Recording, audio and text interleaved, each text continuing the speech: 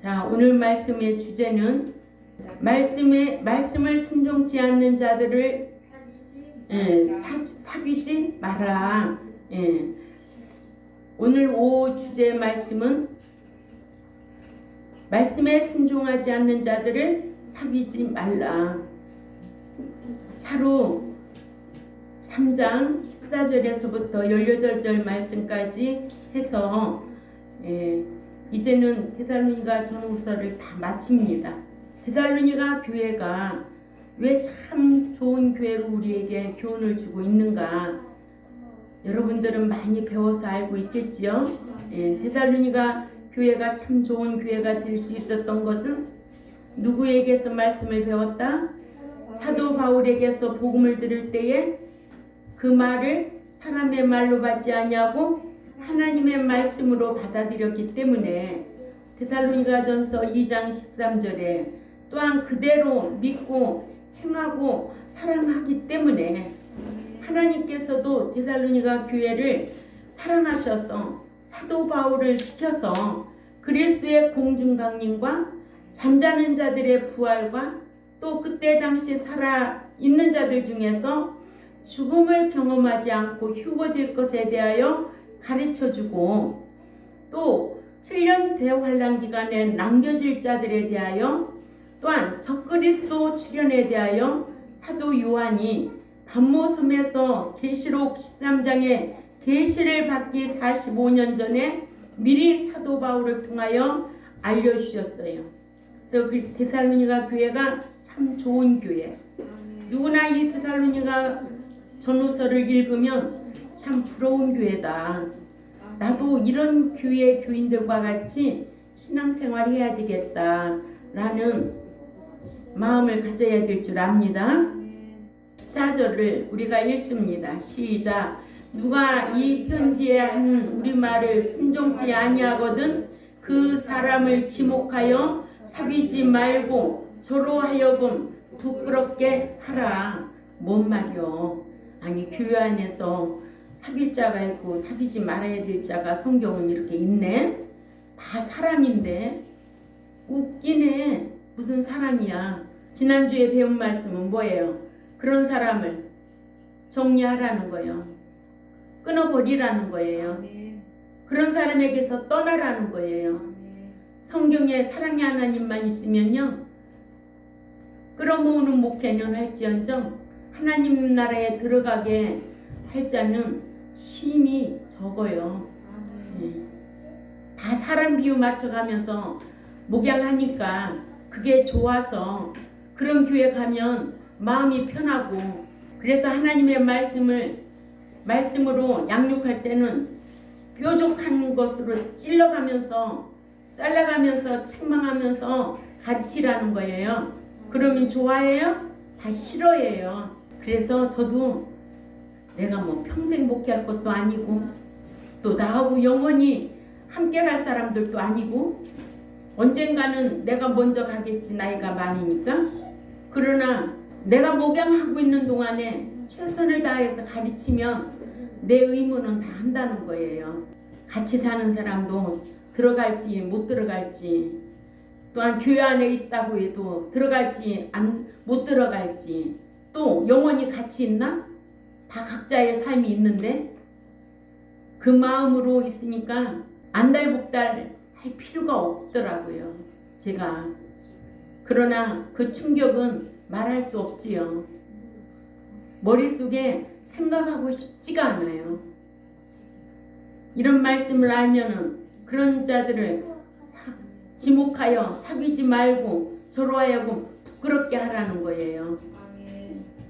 이러므로 말씀을 순종치 않는 자를 지목하여 사귀지 말라고 첫 번째로 말씀하고 있습니다. 사도 바울은 데살로니가 교회에게 너희 가운데 누구든지 말씀을 순종치 않거든 그를 지목하여 사귀지 말라고 명령했어요. 순종에도 히파쿠오가 있고, 히파쿠오는 하나님의 말씀에 순종하는 것을 가리키고, 히포타소는 국민된 의무 이행을 위한 복종, 로마서 13장 1절이죠. 또 아내로서 남편에게 복종하는 것을 베드로전서 3장 1절에 히포타수라고 합니다. 그러니까는 순종에도 히파쿠오가 있고 히포타수가 있어요. 헬라어로. 예. 그래서 히파쿠오는 말씀에 순종하는 것을 가리킵니다. 지목하여 너희는 너희를 위하여 계속해서 주목하라는 명령인데 문자적으로는 그 말씀을 순종치 않는 자에게 표식을 붙이라는 의미로 이 동사는 영수증이나 공문서에 서명을 한 것을 가리키는데 이런 자들은 사귀지도 말고 교제하지도 말라는 명령입니다. 그래서 같은 단어가 고린도전서 찾아 읽습니다. 고린도전서 5장 9절에서 10절 말씀 크게 읽어요. 시작.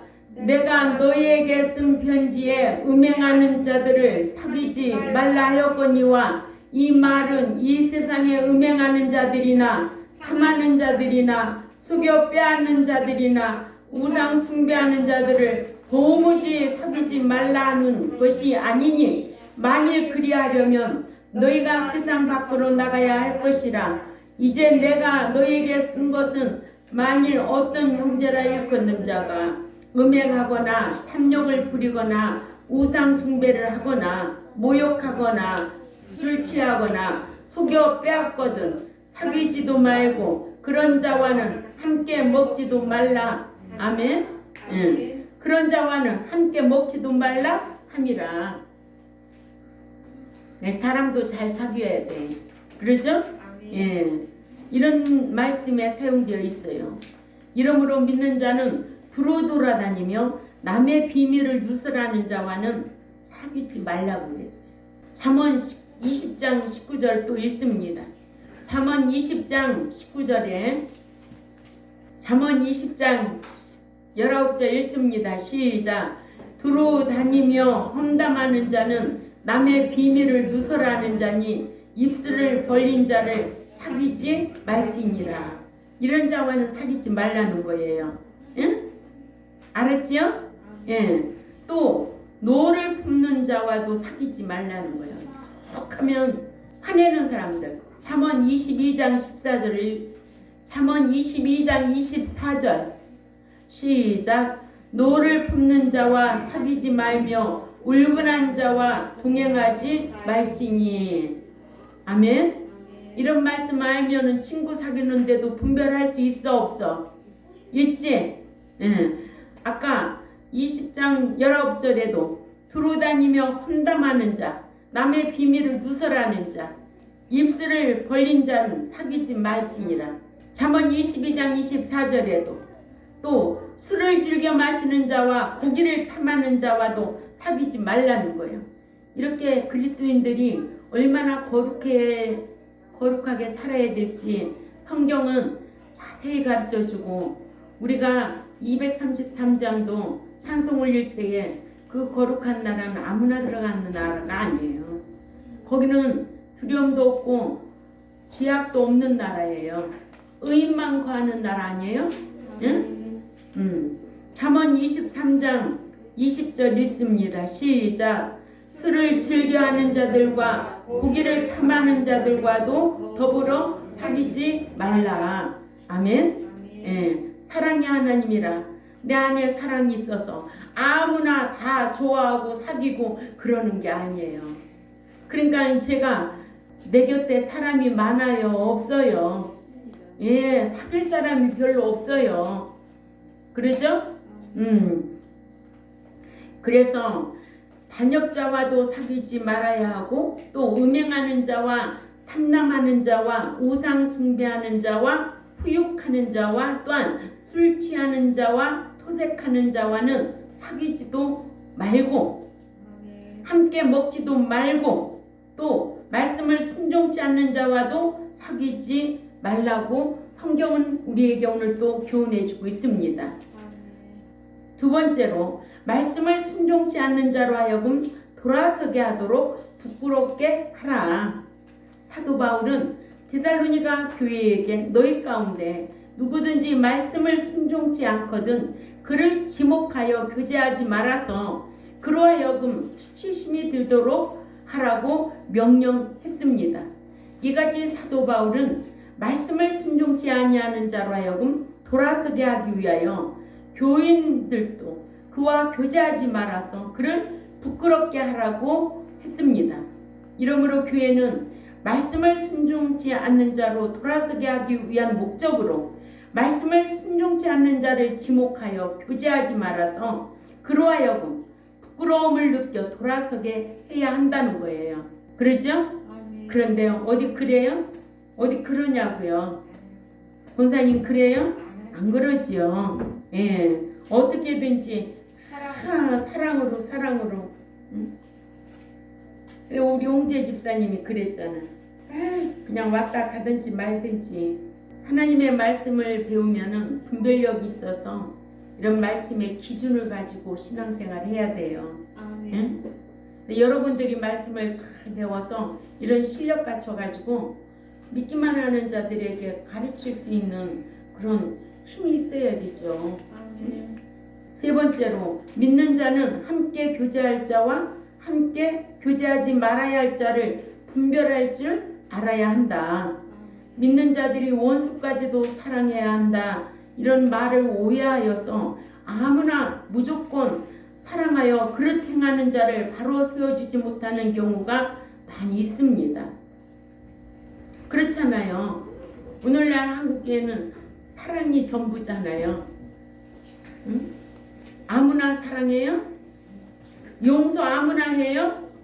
용서 잘못을 자기가 실토하고 잘못했다고 하면은 용서해 주라는 게 성경이에요. 무조건 용서해 줘요? 아니에요. 왜? 목사님이 사랑이 있으셔야 되는데 왜 그렇게 사랑이 없느냐고? 오늘날 그런 사람들이 많지요. 그러나 나는 그렇게 안 해요. 성경대로니까. 그죠? 예. 그래서 먹고 사는데 천국 들어가는데 지장 없어요. 예. 이렇게 목회한다고 하나님이 굶기지 않아요. 절대 남에게 아쉬운 소리 하지 않도록 하셔요. 벌써 제 정신이 어디에 있는데 진리 가운데 초점이 맞춰져 있는데 응? 내가 내 배성기기 위하여 누구 비율을 살살 맞추려고 하겠어요? 여러분들도 그렇게 하면 안 돼요. 예.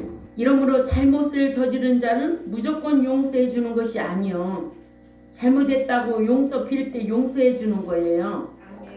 무조건 봐주는 것이 사랑이 아니라는 거예요. 덮어주는 교육이 아니라는 거예요.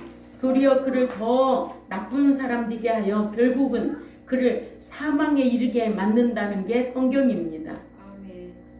이러므로 15절에 그러나 그를 원수와 같이 생각지 말고 형제같이 훈계하라. 네 번째로 사도 바울은 말씀을 순종치 않는 자라도 형제같이 훈계하라고 했습니다. 원수같이 생각지 말고 형제같이 권하라고 하여 말씀을 순종치 않는 자를 지목하여 교제하지 말고 부끄러움을 느끼게 하라는 것은 그로 하여금 돌이키게 하기 위한 수단임을 알게 했습니다. 이러므로 말씀을 순종치 않는 자를 지목하여 깊은 교제하지 말고 부끄러움을 느끼도록 하는 것은 그를 미워하거나 버리라는 의미가 아니라 돌아서게 하기 위함의 방편임을 알아야 합니다. 16절에 다 같이 읽습니다. 사도 바울의 기도예요. 시작. 이제 평강의 그 주께서 친히 때마다 일마다 너희에게 평강을 주시기를 원하노라. 주는 너희 모든 사랑과 함께 하실지어다. 사도 바울은 데살로니가 후서를 마치려 함에 있어서 데살로니가 교회를 위해 기도하기를 평강의 주께서 친히 때마다 일마다 너에게 평강을 주시기를 원하노라. 주는 너의 모든 사랑과 함께 하실지어다 기도했습니다. 그러면 여기에서 모든 사람이 누구냐는 거예요. 말씀 지키는 모든 사람에게 해당되는 거죠. 말씀 안 지키는 자의 기도는 듣지도 않고 가증한 자의 기도고, 그렇죠? 예. 기도에도 어떤 성경적인 지식이 있어서 기도를 드려도 거절당하지 않을 자로 살아야 되고, 기도를 드려도 가증한 자를 위해서는 기도도 드리지 말고, 내가 기도를 드려도 하나님이 들어주실 수 있는 건지 안 들어주실 수 있는 건지 우리가 성경을 배우면 내 기도 들어주시겠구나, 내 기도 안 들어주시겠네. 하나님 앞에 먼저 회개하고 돌이키고 하나님 앞에 말씀드려야 되지 않아요? 그래야 하나님께서 그 마음도 아시고 그 사상도 아시고 그가 무엇라 말하는 것도 아시고 하나님이 들어주실 줄 압니다. 17절 또 읽습니다. 사도 바울의 문안입니다. 시작.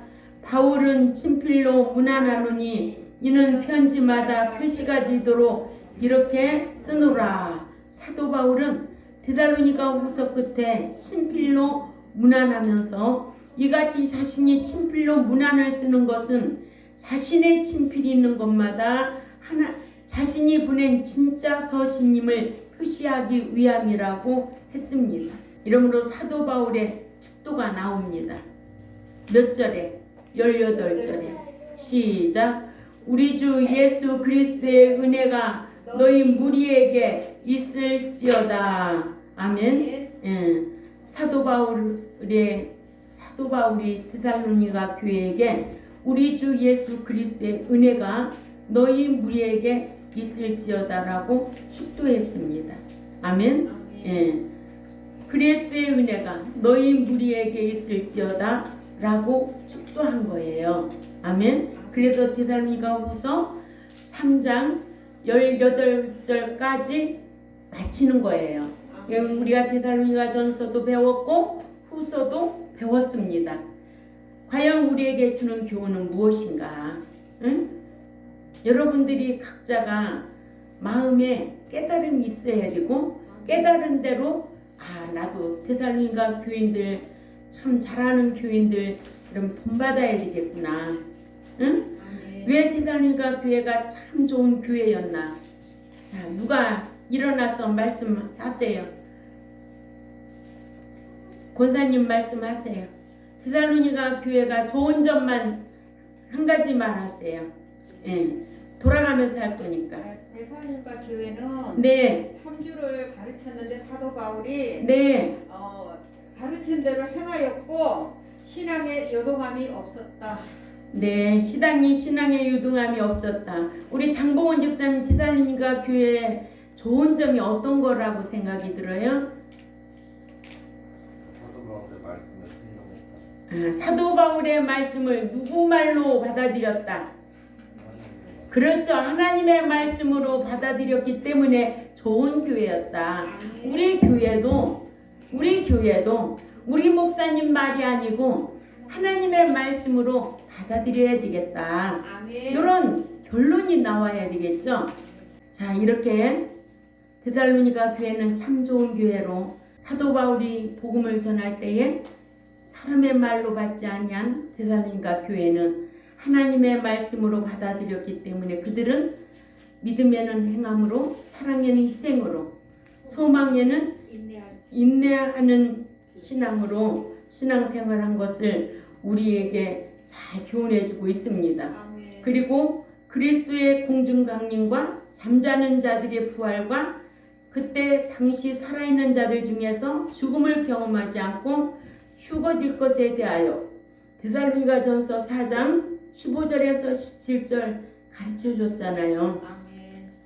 또한 7년 대환란 기간에 남겨질 자들에 대하여, 또한 적그리스도 출현에 대하여 사도 요한이 밤모섬에서 계시록 13장 계시를 받기 45년 전에 미리 사도 바울을 통하여 알려주신 거를 사도 바울은 데살로니가 교회에게 잘 가르쳤더니 그렇게 데살로니가 교회를 좋아해서 늘 보고 싶어 했다는 거예요. 응? 우리 교회도 이런 교회가 되었으면 좋겠어요. 참 데살로니가 교회는 참 부러운 교회 아니에요? 응. 우리 경동교회도 데살로니가 전후서를 읽고 또 마음으로 깨닫고 삶으로 실행하려고 힘쓰는 저와 여러분이 되시기를 주님의 이름으로 부탁을 드립니다. 기도드리겠습니다. 하나님 아버지 감사합니다. 오늘 우리가 데살로니가 후서를 마치는 날입니다. 그동안 강해 설교로 말씀을 잘 강론했는데 이 백성들은 얼마나 듣고 실행하고 있는지 저는 알 수 없지만은 각자는 잘 알고 있을 줄 압니다. 믿는 자가 참 선한 일을 하다가 낙심하지 말아야 될 것과 또한 아무나 사귀는 것이 아니라 이런 자에게서는 말씀을 불순종하는 자는 사귀지도 말라고 성경에 가르쳐주고 있어서 오늘 이렇게 말씀을 배웠습니다. 한 주간도 우리가 돌아가서 참으로 말씀을 읽고 또 묵상하고 데살로니가 교회를 본받아야 되겠다라는 마음을 가지고 이기고 돌아오는 자들이 되게 하여 주옵소서. 감사하며 살아계신 하나님 앞에 예수님의 이름으로 기도 올려옵나이다. 아멘.